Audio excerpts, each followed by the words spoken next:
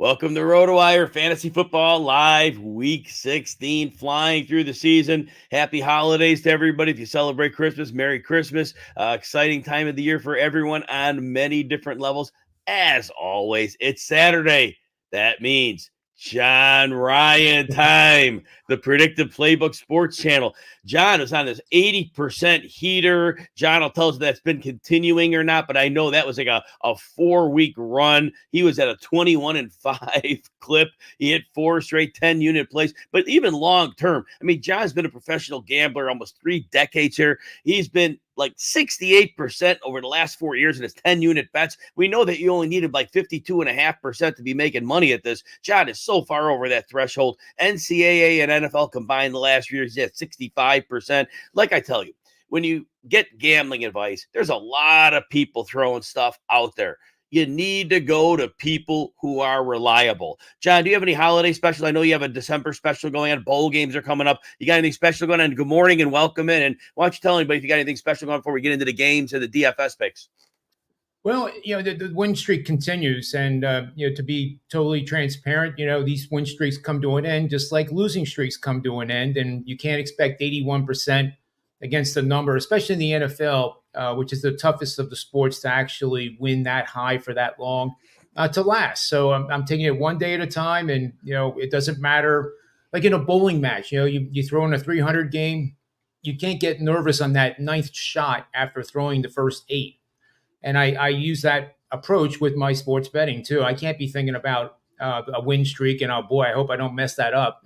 And conversely, I can't be 0-5 and be worried like, oh my God, if I give the clients another pick, I'm going to just, be miserable.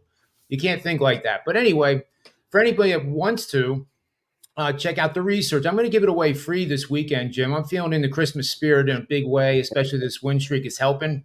So that would cover you in the NFL through Monday. And, I got some big plays coming. We have 2 10-unit plays again this week, 6-0 run, as you mentioned. And I couldn't be happier.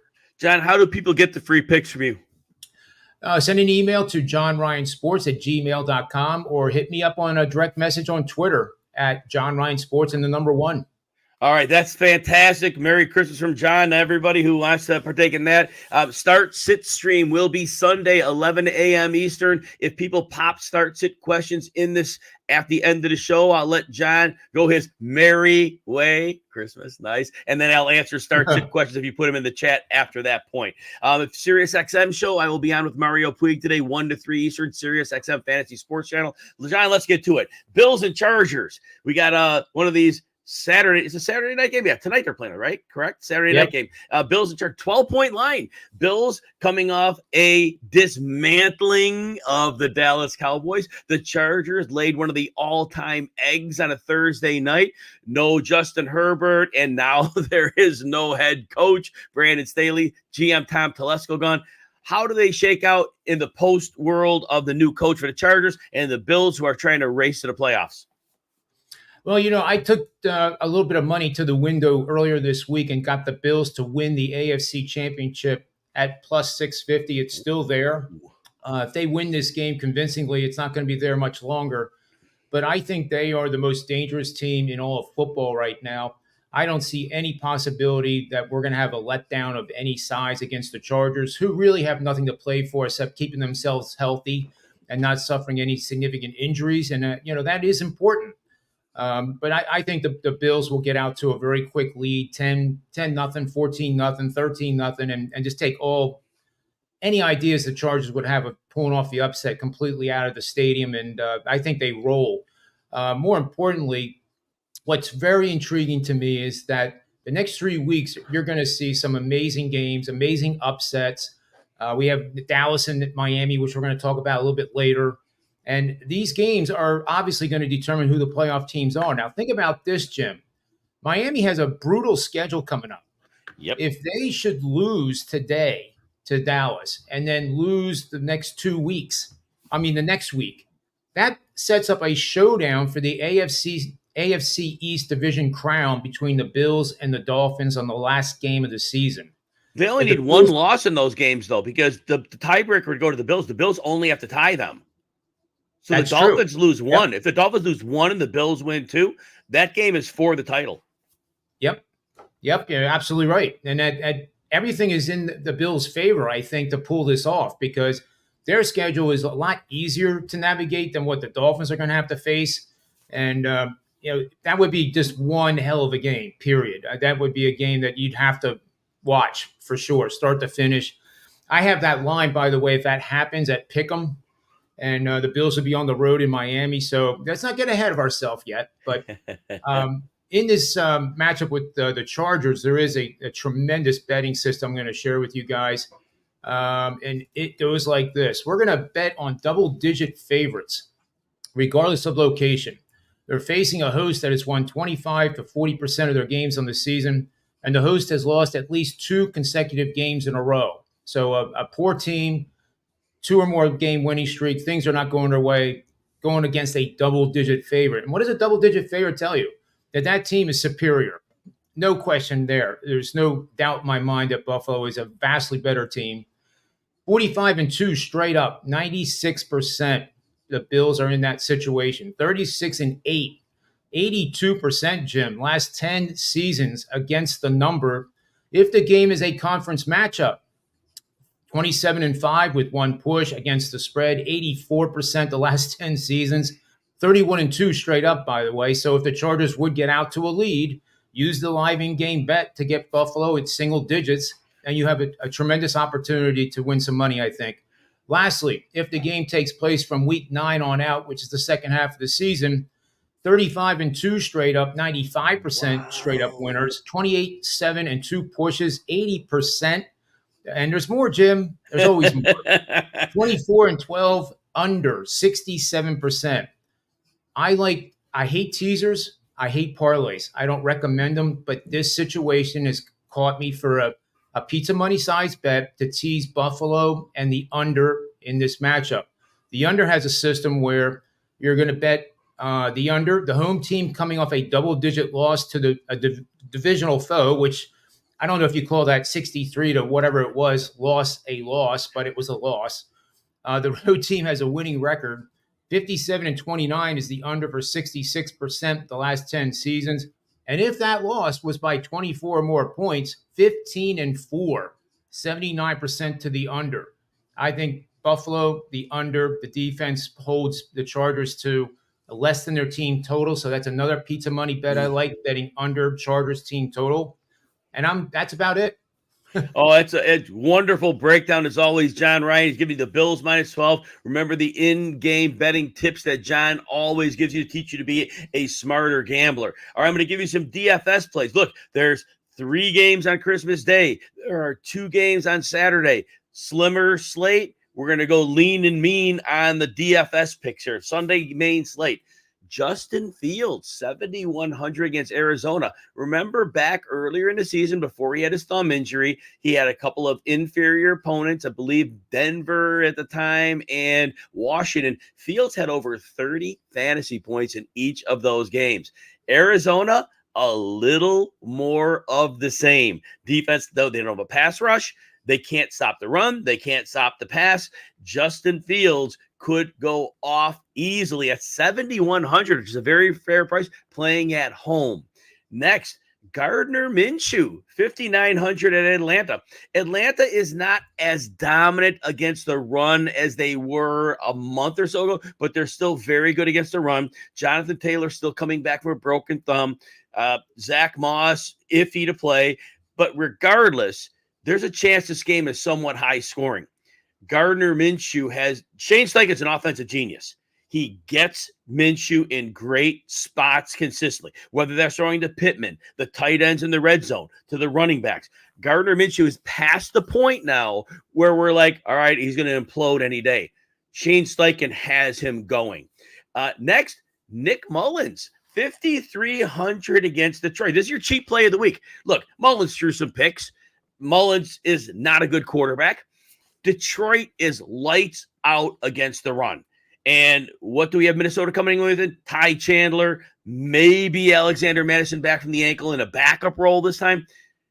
You've got to throw against Detroit. That's how you play them. The pass rush, which looked great earlier in the season, it's really faded off. So not only is Mullins behind a great offensive line for pass blocking, but he's not going to be under much pressure. And he has Justin Jefferson, he has Jordan Addison, he has TJ Hawkinson, weapons that Detroit cannot compete with. So yeah, Nick Mullins is your dart throw cheapie of the week. Not as cheap as you usually can get, but that's it. Running backs, I'm going to give you 3. Kenneth Walker's off the injury report. Yay. We assume he's going to resume his usual role. He's 6,200 at Tennessee. Now, Tennessee, you think, oh, it's a bad run matchup. Usually, yes. Jeffrey Simmons out again. We told you last week they got rid of T.R. Tart, who was their best interior run stuffer. They're without their two of their top run defenders. And here's the thing. Tennessee sometimes they can step up against the run. They cannot sell out to stop it because DK Metcalf, Tyler Lockett, Jackson Smith-Njigba, and Geno Smith is back. So Tennessee cannot sell out to stop it. Kenneth Walker, the snap share isn't always great, but we saw last week 19 carries and a few targets to just 4 carries for Charbonnet. Even though the snaps were close, the guy is Walker, big play machine. Love him. Chuba Hubbard, 5,700 against Green Bay. Criminally underpriced. Chuba Hubbard is seeing over 20 touches a game over the last 3 weeks. There's no reason that's not going to continue against Green Bay. And here's it is with Hubbard. May not be a good running back, but he gets it done as a runner. If that doesn't work, he gets it done as a receiver. They give him the ball in the red zone. He is getting heavy volume, and we say this. Volume is king in fantasy football. And Green Bay, again, not as bad of a run defense as they were in past years, but they are still not one to fear. Finally, Devin Singletary, 5,500 against Cleveland. This is primarily a volume play. Cleveland has been better against the run. They're a good run defense. They are probably going to stack the box quite a bit. It's not a great matchup for Singletary. This is a cash game play, I believe, for volume. Now, Singletary could break 1 or 2 decent-sized runs. If they get in the red zone, he will get the carries. I think this is a game where he sees more targets than usual because of that pass rush of Cleveland. Again, backup quarterback, C.J. Stroud is out. So I think dumping the ball off to Singletary will pile up the PPR points. So those are your 3 running back plays. John, we're going to get back to some gambling plays here. Everybody cannot wait for the Dolphins-Cowboys game. Now, the Dolphins, what's the story on them since last year? They can't beat anybody. What's the story about Dallas? Well, it was they can't beat anybody. Now it's they can't beat anybody on the road. Dallas is on the road. They can't beat anybody. Miami's at home. They can't beat anybody, meaning like big-time teams. Something's got to give here, John. What do you see? I see Miami winning this by double digits. I believe in a simple fact. If it ain't broke, you don't fix it. And I'm referring to the Dallas Cowboys playing as bad as they do on the road. There's only 3 teams, Jim, that have a scoring differential between what they do at home and away that has been as wide as the Dallas Cowboys going back to 1986. And I'll get to those teams in a second. But the Cowboys are averaging 40 points per game at home. They're averaging an anemic 21 on the road. There's something wrong. And there's something really greatly wrong when you go into Buffalo and you get dominated like you're a team that won 25% of their games. That's not a confidence builder when you have to then get on a jet and go home and then get on another jet and then go back to Miami to face a very good team that's number 2 in the playoff seedings right now if the season ended last week. We have a lot of games for Miami to play. I think squarely the pressure is more on Miami to win this game based on what we talked about earlier with their schedule coming up and a possible showdown with the Bills for the divisional crown than it is on Dallas, who actually has the division lead now, but would lose that with they are the wild card spot right now. They would lose any hope of getting the divisional crown over the Eagles with a loss. So there is pressure on them too. However, Dallas is number 2 scoring offense in all of the NFL at 30.8. But like I said, Jim, how do they get to 30.8? By scoring 40 at home. They're not at home now. Nope. Miami is number 1 in offense, and they're far more consistent. They found ways to lose, yes, but they're an offense that is very explosive. They did put up 70, but even if you take that anomaly out in that game against Denver, they're still the best offense based on my power ratings and all the metrics I look at in the entire NFL. They average 5.1 yards per rush. That's number 1 in the NFL. They average almost 2 touchdowns rushing the ball per game. They rank number 9 in third down conversions, which is a big metric in the model predictive abilities, 42%. Let's see. Dallas defense is mediocre on third down conversions, allowing 38%. That ranks 17th in the NFL. They are a good scoring offense, but if you look at points per play allowed, they're 11th, which is good, but it's not elite. Points per play by the Dolphins offense, 0.504. That means they're putting up half a point on the scoreboard for every play they run. So they know how to finish drives. Dallas is a team that when they're on the road, what happens? They either break down the red zone, kick a field goal, or worse yet, turn the ball over. They don't score a lot of touchdowns in the red zone consistently. Miami ranks number 2 in red zone scoring touchdowns.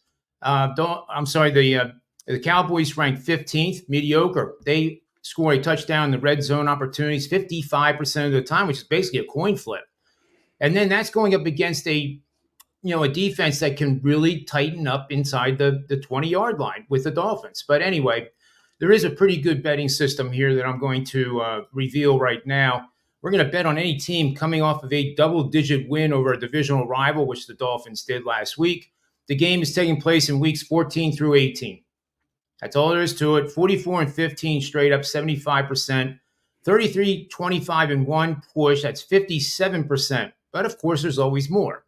If that foe is scoring just 21 or fewer points per game in their road games, which I have, drilled that point home time and time again, talking about the Cowboys, the record for the home team, 45-14 straight up, 76% winners. So that encourages us right there to bet the money line at -2 points or less. So you would get maybe -140 at the most.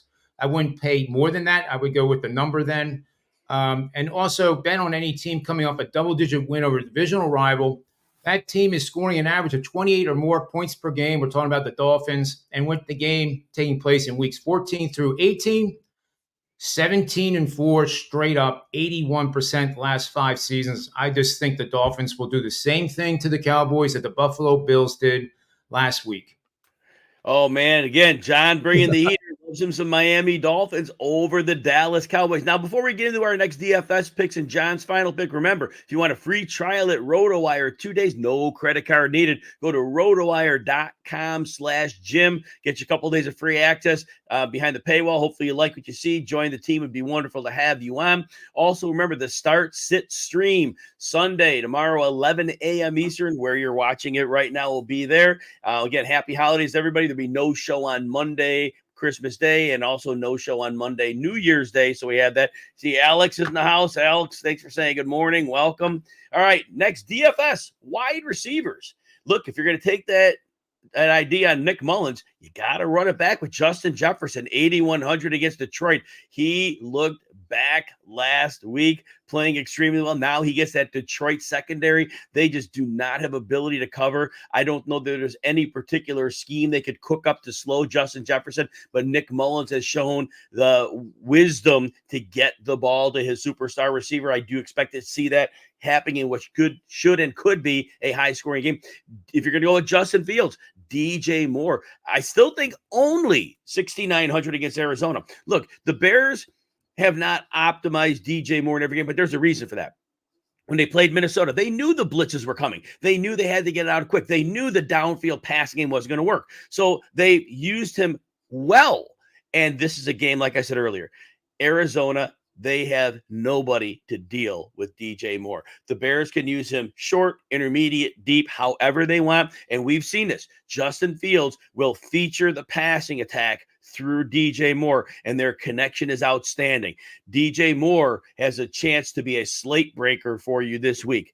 DK Metcalf, 6,700 at Tennessee. Geno Smith is back. That's a big deal. I mentioned earlier, Jeffrey Simmons is out for Tennessee. He is one of the linchpins in their pass rush. Now, we saw last week, Tennessee did come up with a good pass rush.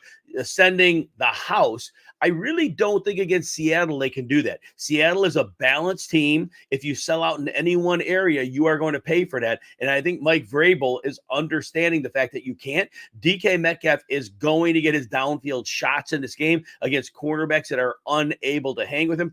Drake London next, 5,100 at home against Indianapolis. I know Taylor Heineke's in. That doesn't worry me.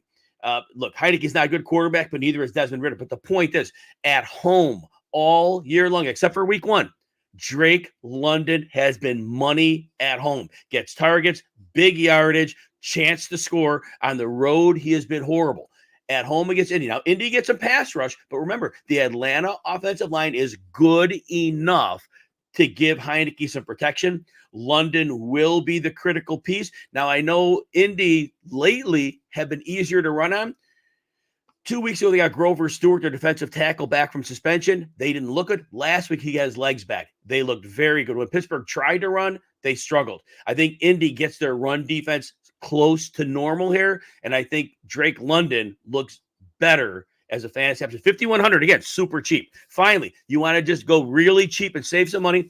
Get Parker Washington of the Jacksonville Jaguars at 3,800 a shot at Tampa Bay.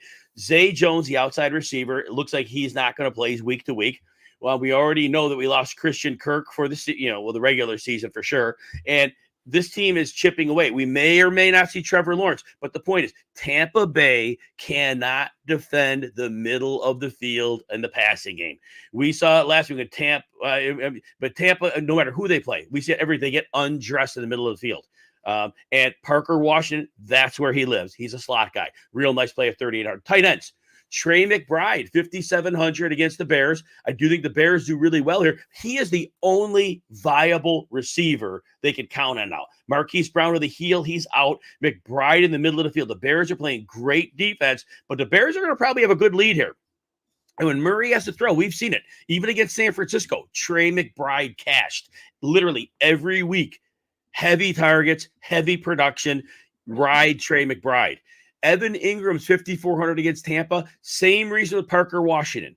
If the middle of the field is where you attack them, Evan Ingram can also be deployed out wide where Tampa's had some struggles as well. But they're going to need to lean on him, again, with no Zay Jones and no Christian Kirk. Last week, Evan Ingram had an awful matchup.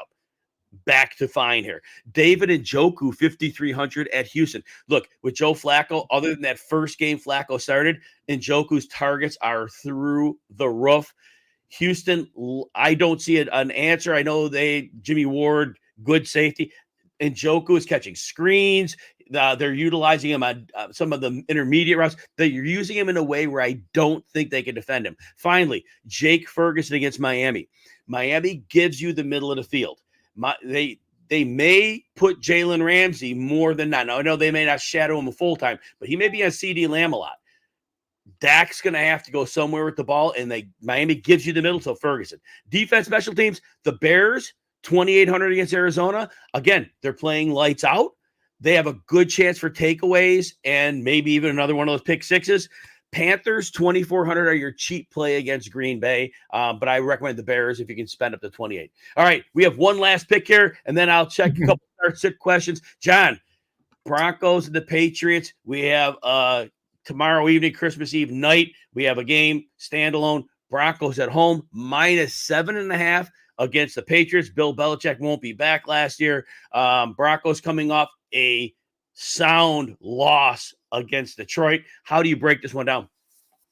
Well, this isn't one that you really want to watch on Christmas Eve. I'm a little disappointed with the flex scheduling by the NFL, to be honest with you, even though I've been a longtime Patriot fan and supporter. This year has been really bad. In fact, it's so bad that they are now the worst scoring team in the NFL, overtaking the New York Giants, if you will, scoring 13.3 points per game, which is, I mean, that's anemic, for lack of a better word that I can't say on this show. But yards per game, they're 28th, 285 yards per game. Points per play, dead last at .218. We talked about Miami being number one at scoring 0.5 points per play. Well, put it in perspective. Takes more than twice as many plays for the New England team to score the same amount of points of the Dolphins. That's how bad it is. Third down conversions, 29th. Fourth down conversions, 29th.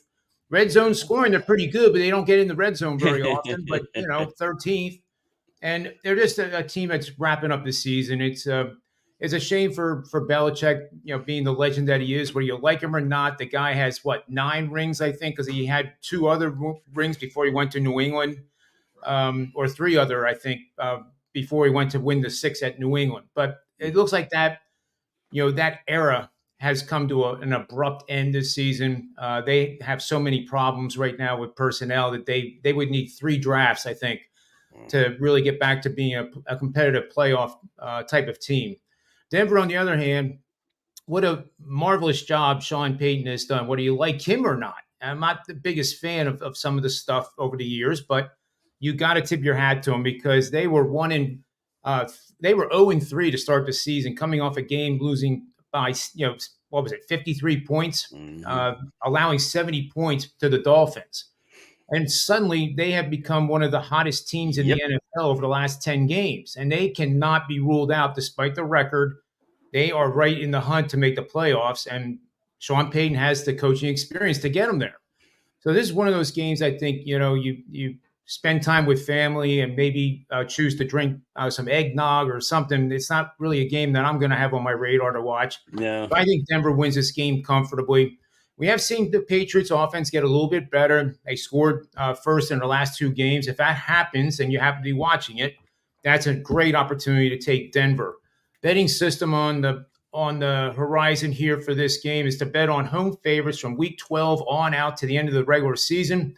The home team is coming off a 3-game road trip, which the Broncos are, and the total is less than 40 points.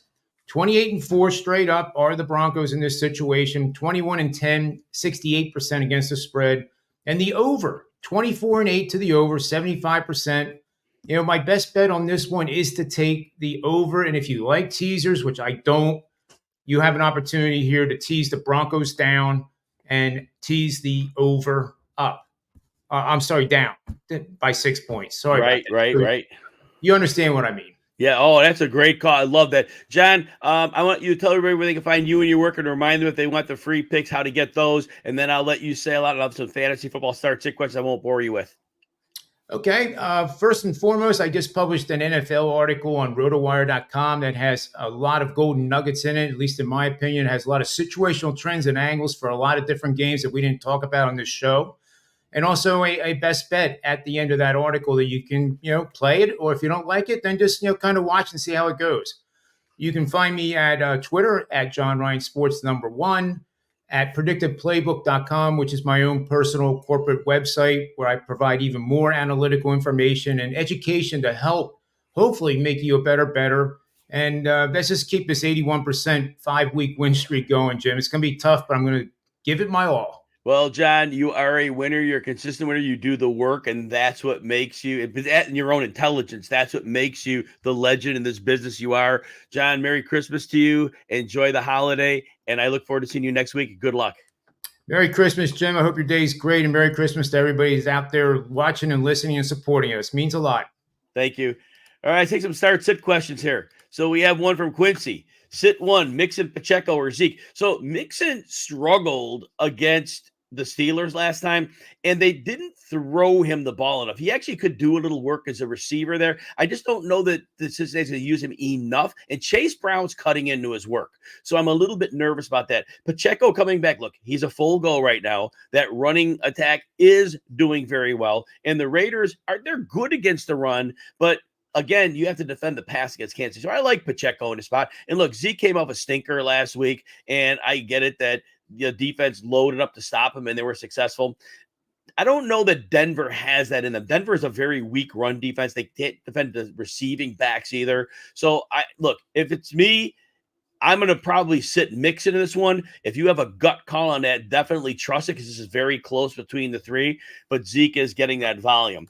And then Kincaid or Tucker Kraft, sit 1. I assume that's Tucker Kraft is 1, and you sit one of those 2. Kincaid's been trending down. The last 3 weeks, his yardage has gone down. Last week, he had a goose egg.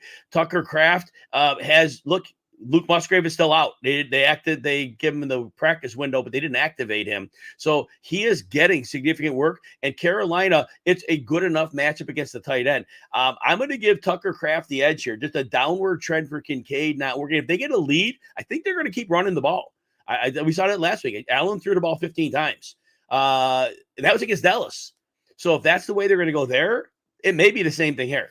So I would sit Kincaid for that reason. Jackson, what do you got? Amari or Jaden Reed? So Jaden Reed is really iffy, apparently, with a toe injury. The toe's not 100%.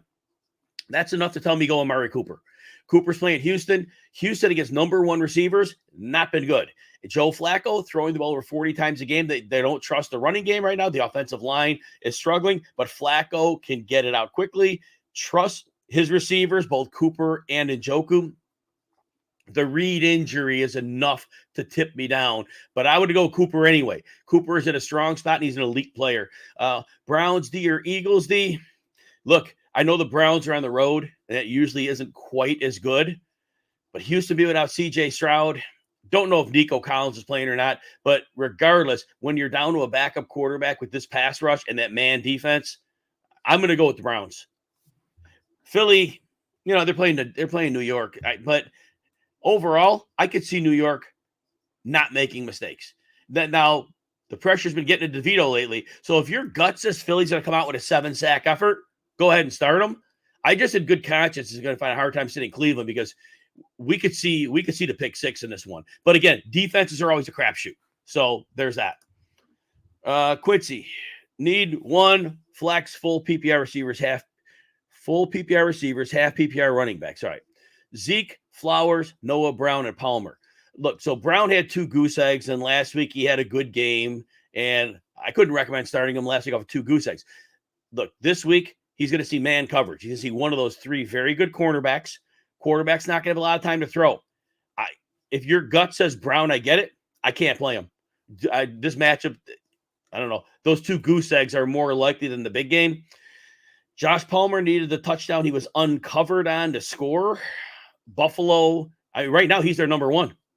And Buffalo has been excellent as number 1 receivers. Keenan Allen's out. So I don't like him. So that leaves us with Zeke and Zay Flowers. Well, we'll go Zeke and Zay Flowers.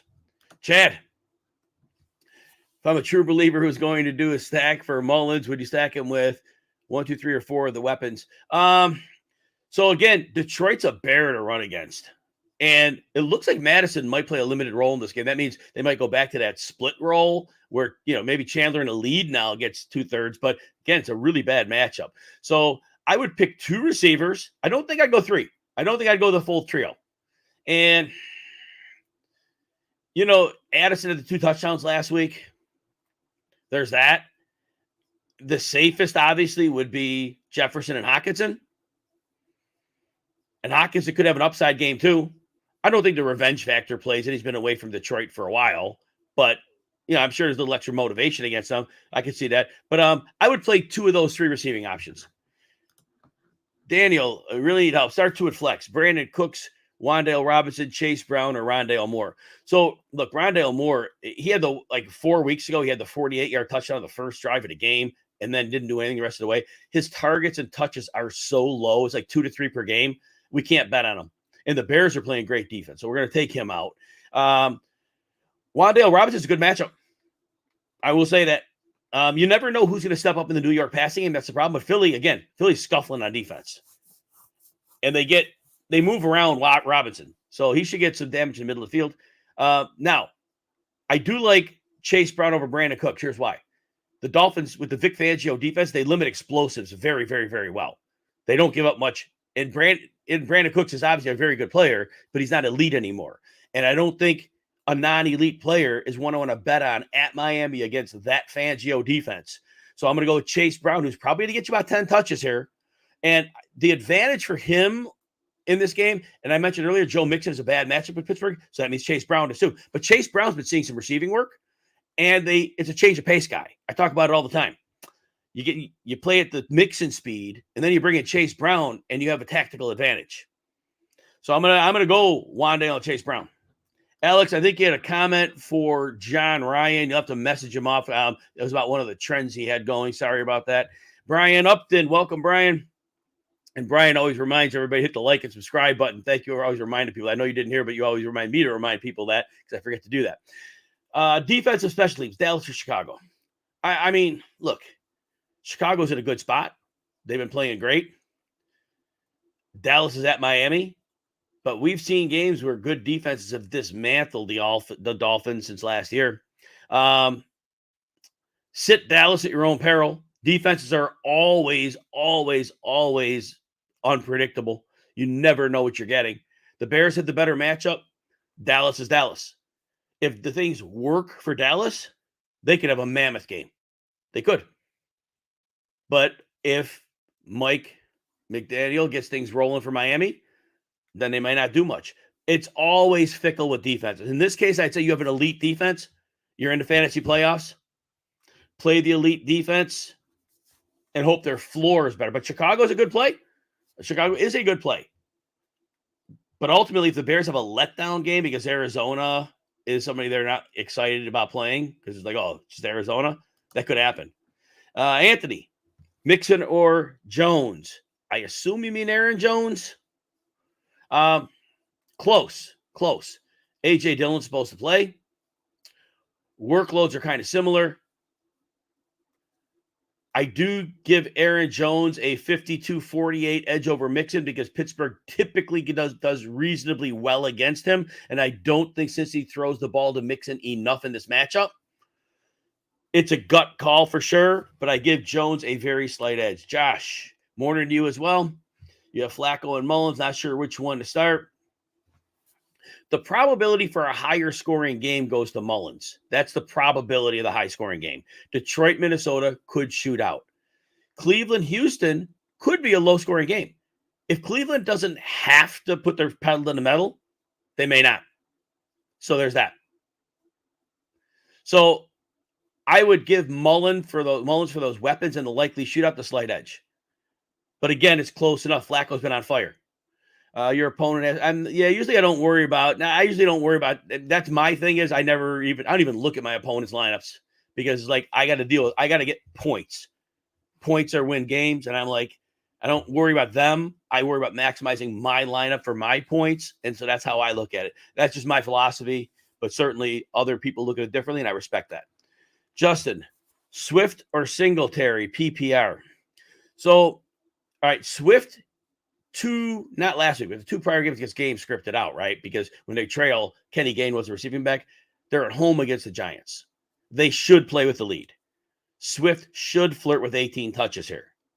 Singletary gets similar volume, but Cleveland has really been better against the run. I'm giving Swift the edge. Chiefs or Browns defense? From an NFL standpoint, the Chiefs defense has been good. They're not getting a lot of sacks. I'm going to go with the Browns here. I'm going to take the elite players against a backup quarterback. And both teams. Aiden O'Connell's a backup for the Raiders. I get that. But I think in this specific scenario, Cleveland's, even though they're on the road, I'm going to give Cleveland the edge. Tom, Javonte or Gabe Davis? Oh, man. That's a rough one, right? New England's lights out against the run, and we saw what Detroit did to Javonte last week. Gabe Davis has 3 goose eggs in the last 4 games with a 20 thrown in there. We saw last week Josh Allen threw 15 times when they had a lead. That could continue. Javonte has higher floor. So because of the higher floor, I'm going with Javonte. Gabe Davis, 3 zeros out of 4. Can't take a 0. Davis theoretically has a higher ceiling. That I'll grant you.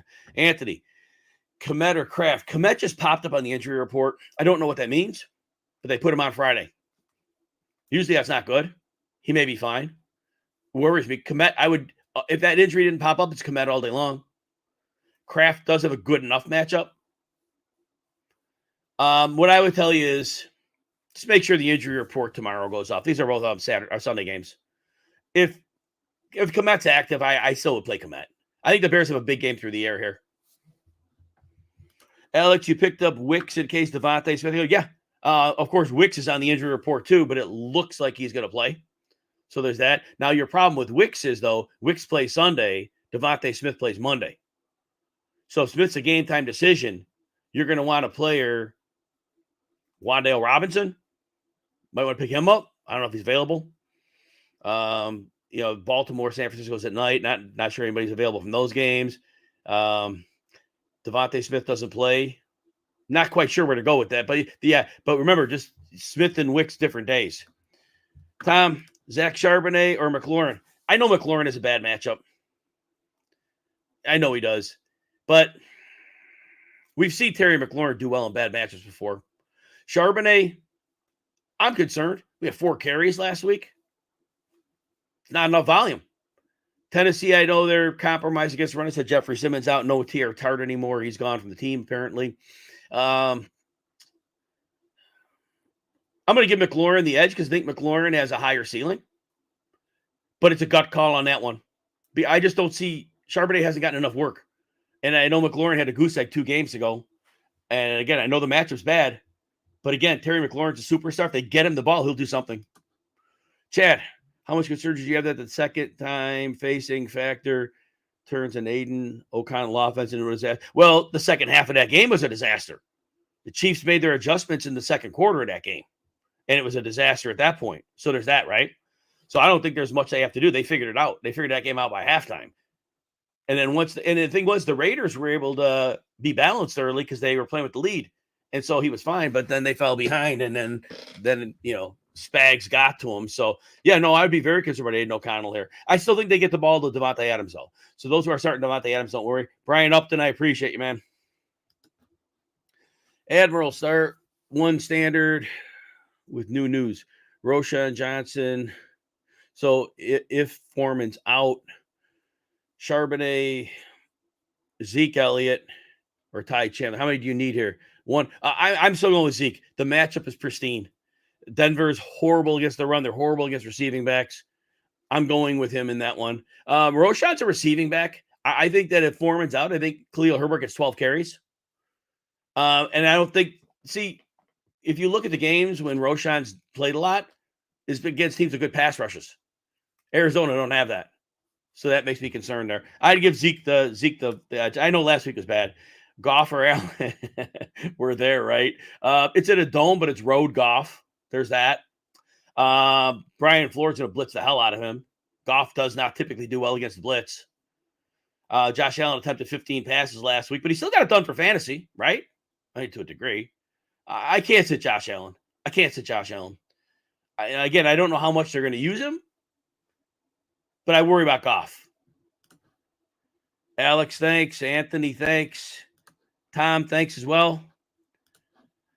Armando, Jerome Ford or Najee Harris. So Harris has the knee thing. I don't think he's 100%. Still limited in practice. It's a great matchup. If Cleveland has a leader, which they may, Ford could see a little more work. He does get some targets. Ford gets like 4 or 5 targets in most games. Because Harris is less than 100% right now, and I'm very concerned what the reality of his injury is. I'm going to give Ford the slight call. Trust your gut on that one. If your gut says Harris, in a vacuum, if Harris was fine, Harris is an easy play here. But I don't know the level of his injury. All right, last one, Armando. I don't do kickers. Sorry. Kickers require luck. I'm the least lucky person you'll ever meet in your life. So flip a coin. Look at the over and under for the team total. But, kickers are all luck, and I have no luck. I could give you skill, but I can't give you luck. All right, you got one more flex. Addison, Lockett, or Monty? Thank you for the nice words, Armando. So, look, Addison, it's going to be tough to sit him. Detroit can't stop anybody in the air. They crush you on the ground. So, you're forced to pass. Lockett's trending down lately. He got 8 targets last week. I think he got 3 of them. And it wasn't for much yards. And I know Geno's back this week. It's just trending down for him lately. And it's a good matchup. But Lockett's very volatile. Monty has the best floor of them all. And I'm not worried about the matchup. Minnesota's a good run defense. But that offensive line, great run blocking. Monty for his floor, I'm giving you the edge. If you want to go the boom bust route, it'd be Addison. Addison could blow up. Because you saw a 2-touchdown game. Big yardage. That's in the range of outcomes. If you want great floor with moderate ceiling, then you're okay with Monty. But if you got to swing for defense, you got to go Addison. Admiral, you're welcome. All right, happy holidays. Everybody starts sit stream Sunday, 11 Eastern, Sirius XM 1 to 3 Eastern today, channel 87. Mario Puig and myself. Sunday at 9 a.m. with Alan Soslowski. Happy holidays, everybody. Enjoy the games.